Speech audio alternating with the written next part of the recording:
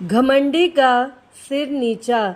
देवताओं के राजा इंद्र के स्वभाव के विषय में भला कौन नहीं जानता। अहंकारी, दंभी और लोभी तो वह थे ही। दूसरों की उन्नति देखकर जलना भी उनके स्वभाव की खास विशेषता थी। दूसरे देवताओं को ये अपने से तुच्छ समझते थे। अपने राजगद्दी के विषय में वह इतने आशंकित रहते थे कि जहाँ कहीं कोई ऋषि मुनि तपस्या साधना में बैठा नहीं कि उनकी रातों की नींद उड़ जाती थी। हमेशा सोचते रहते थे कि कहीं कोई साधक भगवान विष्णु को खुश करके उनसे उनका इंद्रासन ही न मांग ले। रसिक भी इतने थे कि अधिकांश समय रंभा, मेनका और उर्वशी जैसी अप्सराओं के नृत्यों की महफिल सजाए रहते थे। भगवान शंकर और ब्रह्मा जी उन्हें अक्सर समझाते रहते कि वे अपने स्वभाव को बदले, लेकिन इंद्र पर कोई प्रभाव ही नहीं पड़ता था। एक बार देवर्षि नारद इंद्रपुरी गए। दोनों में बातचीत होने लगी। नारद जी दूसरे देवताओं के महत्व और प्रभाव की चर्चा कर रहे थे कि दूसरे देवता कितने श्रेष्ठ हैं, उनका अपने अपने स्थान पर क्या क्या महत्व है। किंतु इंद्र को यह सब बातें बिल्कुल भी अच्छी नहीं लगी। दूसरों की महिमा और महत्व का बखान सुनकर वह चिढ़ गए और बोले, नारद, आखिर मैं देवराज बनाया गया हूँ तो इसलिए कि मैं ही सब देवताओं में श्रेष्ठ हूँ। फिर आप क्यों बार बार दूसरे की प्रशंसा कर रहे हैं? मेरे सामने उनका बखान करना एक तरह से मेरा अपमान है। क्या आप मेरा अपमान करना चाहते हैं? नारद जी भी थे कि बिना किसी लाग लपेट के साफ साफ कहने वाले। उन्हें भला किसी भी की क्या प्रभाव थी? वह तो ब्रह्मा जी के मानस पुत्र थे। अतः देवराज इंद्र की बात सुनकर व्यंग से मुस्कुराए और बोले, देवराज, आप मेरी बातों को अपना अपमान समझते हैं, यह बहुत बड़ी भूल है। वैसे भी यदि आप सम्मान चाहते हैं तो दूसरों का सम्मान करना सीखिए। प्रशंसा उसी को मिलती है जो दूसरों की प्रशंसा करता है। दूसरे देवताओं की निंदा करके उनको तुच्छ समझकर आप सम्मान नहीं पा सकते। सामने वाले को आईने के समान समझना चाहिए। जैसे शीशे में टेढ़ा मुंह करके देखने पर मुंह टेढ़ा ही दिखाई देता है, उसी प्रकार सामने वाले प्राणी का अपमान करने पर अपमान ही मिलता है और सम्मान करने पर सम्मान मिलता है। इसी प्रकार यदि सम्मान पाना हो तो सम्मान करना सीखो। इंद्र को यह बात बहुत बुरी लगी। उन्होंने कहा, जब मैं राजा बनाया गया हूँ तो दूसरे देवताओं को मेरे सामने झुकना ही पड़ेगा। आखिर राजा सर्वोपरि होता है। इंद्र की बात सुनकर देवर्षि नारद ने कहा, यह आपकी भूल है देवराज। आप दूसरे देवताओं को अपने प्रजा समझते हैं, जबकि वे आपकी प्रजा नहीं, आपके मित्र और साथी हैं। उनके साथ वैसा ही व्यवहार कीजिए जैसा साथी, मित्रों और सहयोगियों से किया जाता है। बड़प्पन का मद अंत में दुखदाई होता है। यह कहावत तो आपने सुनी ही होगी कि घमंडी का सिर हमेशा नीचा ही होता है। इंद्र ने अभिमानपूर्ण लहजे में कहा, इसमें घमंड वाली बात क्या है? मेरा प्रभाव दूसरे से अधिक है। मैं वर्षा स्वामी हूँ। बिना मेरी आज्ञा के एक बूंद पानी नहीं बरस सकता, और जब पानी नहीं रहेगा तो धरती पर अकाल पड़ जाएगा, अन्न उत्पन्न नहीं होगा और सारी दुनिया भूख और प्यास से तड़प तड़प कर मर जाएगी। देवता भी इसके प्रभाव से अछूते कहाँ रहेंगे। नारद जी बोले, आप ठीक कहते हैं देवराज, किंतु दूसरे देवताओं का महत्व भी कुछ कम नहीं। जिस प्रकार जीवन के लिए जल आवश्यक है, उसी प्रकार अन्य वस्तुओं का महत्व भी कुछ कम नहीं। वायु, अग्नि, प्रकाश, इनकी भी उतनी ही महत्ता है। कहने का तात्पर्य यह है कि वरुण देव, अग्निदेव, सूर्य देव सभी देवता अपनी अपनी शक्तियों के स्वामी हैं। सभी देवता कुछ न कुछ कर सकने में समर्थ हैं। आप उनसे मित्रता रखिए, तभी कल्याण है, नहीं तो किसी समय आपदा में पड़ जाएंगे। बिना सहयोगियों के राजकाज नहीं चला करता। नारद जी की बात सुनकर देवराज इंद्र ठहाका मारकर हंस पड़े। बोले, अजी जाइए भी, आप ठहरे महात्मा। शंख बजाने और मजीरे पीटने के सिवा और आप क्या जाने। आप ब्राह्मण हैं, इसलिए इतना डरते हैं। मैं देवता हूँ, क्षत्रिय भी हूँ, मुझे किसका डर। किसी दूसरे का डर चाहे ना हो, मगर शनि का भय आपको पहले सताएगा। यदि कुशलता चाहते हो तो शनि देव से बचकर रहें। वे एक बार कुपित हो जाए तो सब कुछ तहस नहस कर डालते हैं, और जिसे अपनी कृपा का पात्र बना ले उसके 12 हो जाते हैं। यह कहकर नारद जी चल पड़े। इंद्र का अभिमान उन्हें खटक गया था। नारद का काम था संसार भर का समाचार इधर से उधर पहुंचाना। यदि उन्हें उस जमाने का चलता फिरता रेडियो कहा जाए तो अतिशयोक्ति नहीं होगी। असल में वे देशाटन के प्रेमी और बातूनी थे, इसलिए घूम फिर कर अपना मन बहलाते थे। वैसे वे बड़े विद्वान और महात्मा थे। तीसरे दिन नारद जी शनि लोक में जा पहुँचे। शनि देवता ने उनका स्वागत करके हालचाल पूछा। नारद जी ने कहा, यूँ तो सब कुशल मंगल है शनि देव, मगर अपने इंद्र देव कुछ ज्यादा ही अहंकारी और घमंडी हो गए हैं। अपने सामने किसी को कुछ नहीं समझते ही नहीं। कहते हुए नारद जी ने उन्हें इंद्र से हुआ पूरा वार्तालाप सुना दिया।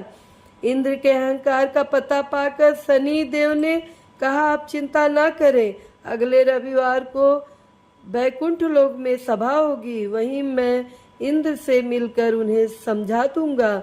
उनका सारा अहंकार उसी दिन दूर हो जाएगा। अपने सामने दूसरों को तुच्छ समझना तो सचमुच बहुत बुरी बात है। शनि देव को भी इंद्र का अहंकार खटक गया। थोड़ी देर तक इधर उधर की बातें होती रहीं, फिर नारद जी चले गए। अगले रविवार को बैकुंठपुरी में देवताओं की सभा हुई। विष्णु उनके सभापति थे। सब देवता आए। उन्होंने अलग अलग मसलों पर अपने अपने विचार रखे। शाम होने पर सभा समाप्त हो गई। इसी अवसर पर अचानक शनिदेव और इंद्र का आमना सामना हो गया। शनिदेव तो बड़ी नम्रता और सामान्य रूप से इंद्र से मिले, मगर इंद्र तो अपने ही अहंकार में चूर रहते थे। शनिदेव को देखते ही उन्हें नारद जी की बात याद आ गई कि शनि देव से बचकर रहना। बस उस बात के याद आते ही इंद्र का अहंकार जाग उठा और बिना किसी भूमिका के उन्होंने शनि देव से कहा, शनि जी, सुना है आप किसी का कुछ भी कर सकते हैं, लेकिन मैं आपसे नहीं डरता। मैं देवराज हूँ, हर बात में आपसे बड़ा हूँ, आप मेरा कुछ नहीं बिगाड़ सकते। शनिदेव को इंद्र के बातचीत का ढंग खटका, फिर भी उन्होंने अपने को संभाल कर कहा, मैंने तो आपसे ऐसा कुछ भी नहीं कहा देवराज, जो आप इस प्रकार का रूखा व्यवहार मेरे साथ कर रहे हैं। फिर भी समय पर देखा जाएगा कि कौन कितने पानी में है। अभी से मैं क्या कहूँ। समय पर क्या अभी दिखाइए ना, वह समय आप आज ही बुला लीजिए, मैं आपका सामर्थ्य देखना चाहता हूँ। इंद्रदेव अकड़ गए, मानो व्यर्थ का झगड़ा मोल लेने की ठाने बैठे हो। किसी ने सच ही कहा है कि विनाश काले विपरीत बुद्धि, अर्थात जब किसी पर बुरा वक्त आना होता है तो उसकी बुद्धि खराब हो जाती है। वह उल्टे सीधे काम करके स्वयं को मुसीबतों और कठिनाइयों में ढकेलने की चेष्टा करता है।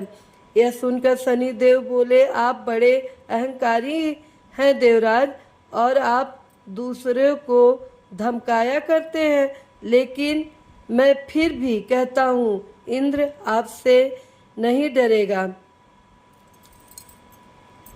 इंद्र की बात सुनकर शनिदेव को क्रोध आ गया। उन्होंने गंभीर स्वर में कहा, देवराज, मैं आपसे विरोध नहीं बढ़ाना चाहता, फिर भी यदि आप अहंकार में चूर होकर दूसरों को अपमानित करना चाहते हैं तो सुन लीजिए, कल आपको मेरा भय सताएगा, यहाँ तक कि आप खाना पीना तक भूल जाएंगे। हो सके तो कल मेरी पकड़ से बचने का उपाय कीजिएगा। यह कहकर शनिदेव तेजी से एक ओर चले गए।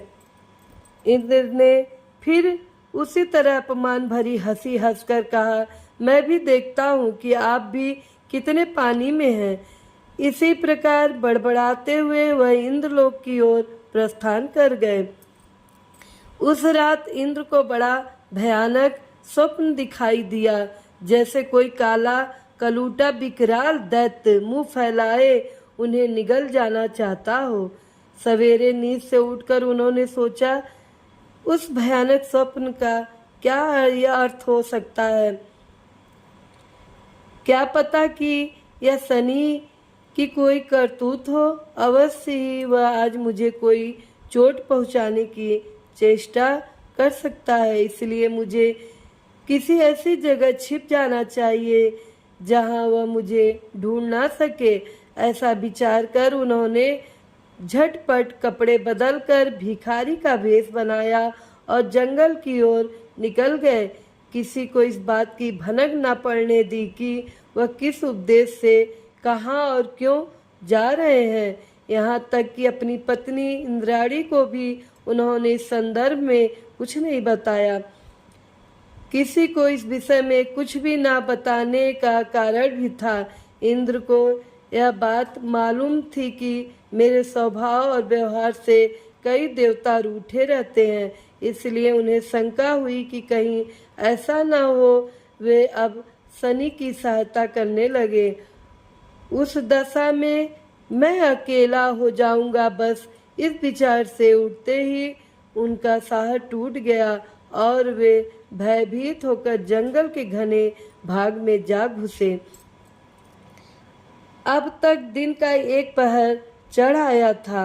इंद्र ने सोचा, आखिर जब शनि ने मुझे चुनौती दी है तो मेरी खोज भी करेंगे। बिना मुझे खोजे तो वह मेरा कुछ बिगाड़ नहीं सकते, लेकिन मुझे खोजने में भी वे कोई कसर नहीं छोड़ेंगे। इसके लिए भले ही उन्हें धरती आकाश एक करना पड़े। अरे हाँ, आकाश के नाम पर ध्यान आया कि कहीं ऐसा ना हो कि वे आकाश मार्ग से उड़ते हुए मुझे यहाँ देख लें, इसलिए किसी झाड़ी में छिपकर बैठना चाहिए। आसपास झाड़ियाँ तो थीं, पर उनमें भी दिखाई दिए जाने की आशंका थी।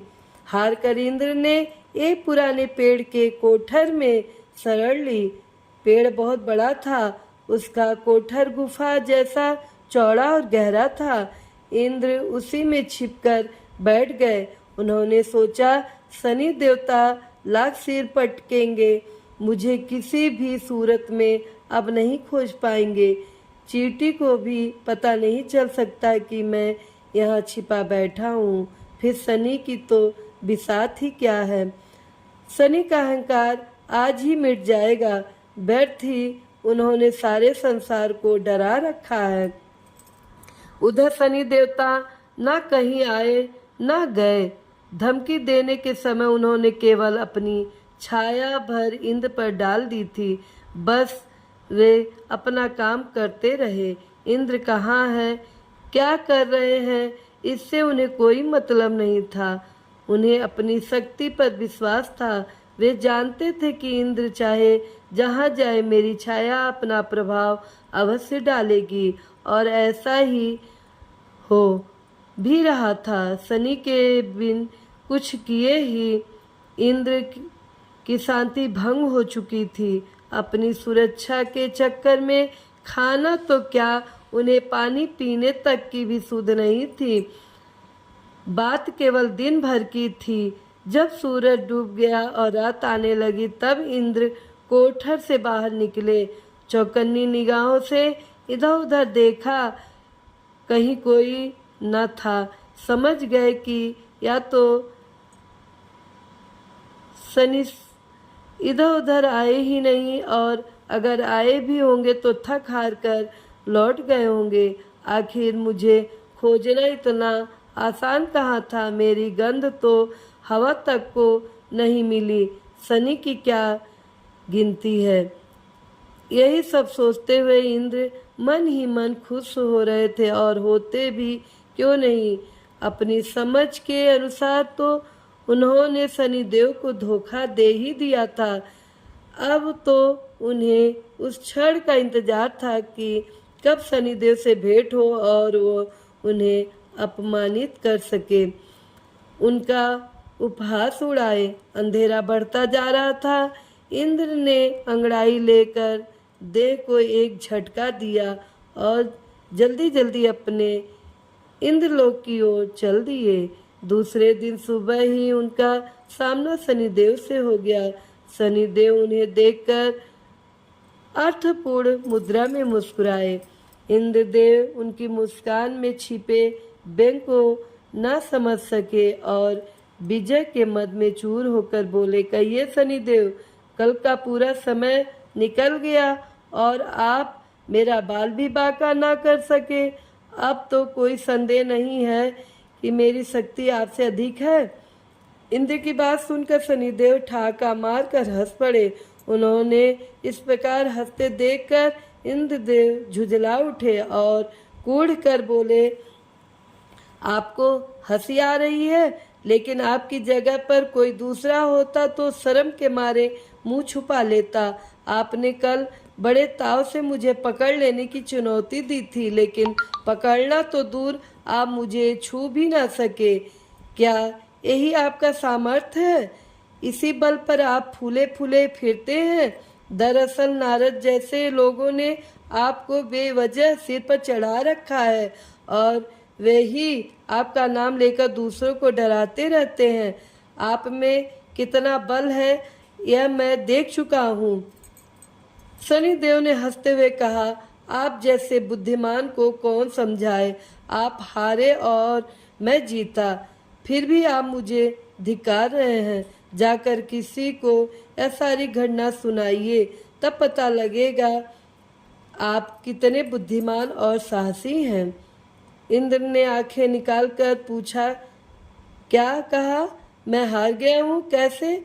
आप अपनी विजय का प्रमाण तो दीजिए। खाली कह देने से क्या होता है? इस प्रकार तो मैं भी कह सकता हूँ कि विजय मेरी हुई। कल का पूरा दिन निकल गया, आखिर क्या बिगाड़ पाए आप मेरा? आप मेरा बाल तक बांका नहीं कर सके। पूरी तरह स्वस्थ और निश्चिंत आपके सामने खड़ा हूँ मैं। अगर ऐसी बात है तो सुनो, पहले परसों मेरे द्वारा कहे गए शब्दों पर गौर करो। शनिदेव ने कहा, मैंने कहा था कि कल आप खाना पीना भूल जाएंगे, वही बात हुई। आप मेरे भय से पेड़ के कोठर में छुपे रहे, दिन भर ना खाया ना पिया। आपने सारे भय के बाहर झांक तक नहीं। यह मेरी छाया का ही प्रभाव था जो मैंने आप पर उसी समय डाल दी थी जब परसों हमारी भेंट हुई थी। मुझ में इतनी शक्ति है कि स्वयं न जाकर अपनी छाया से ही किसी को पकड़ लेता हूँ। उसी छाया के प्रभाव से आप डर कर भागे और दिन भर बिना कुछ खाए पिए कोठर में छिपे रहे। जिसे आप अपनी बुद्धिमानी समझते हैं वह मेरा भय था। यदि भय न होता तो राजभवन छोड़कर कोठर में जाकर छिपने का क्या कारण था? अरे भय के मारे तो आपने अपनी पत्नी इंद्राणी को भी कुछ नहीं बताया। जरा सोचो कि जब मेरी छाया ने ही कौतूहल दिखा दिए तो यदि मैं प्रत्यक्ष रूप से कुपित हो जाता तो क्या होता? शनिदेव की बात सुनकर इंद्र का सिर नीचा हो गया। हाथ जोड़कर बोले, मेरा अहंकार दूर हो गया। शनिदेव, सचमुच आप मुझसे अधिक सामर्थ्य और प्रभावशाली हैं। मुझे मेरी धृष्टता के लिए क्षमा करें। नारद जी ने सत्य ही कहा था, आप बड़े और बलशाली हैं। शनि देवता ने इंद्र को गले से लगा लिया और बोले, महाराज इंद्र, घमंडी का सर नीचा हमेशा होता है। इंसान हो या देव, उसे कभी घमंड नहीं करना चाहिए। मित्रों, आप सबको कहानी कैसी लगी? अगर पसंद आई हो तो लाइक कीजिएगा, कमेंट कीजिएगा, ज़्यादा से ज़्यादा शेयर कीजिएगा और हमारे चैनल को सब्सक्राइब कीजिएगा। साथ में बेल आइकन बटन को प्रेस कीजिएगा ताकि हमारे नए कहानियों का नोटिफिकेशन आप तक सबसे पहले पहुँचे। धन्यवाद।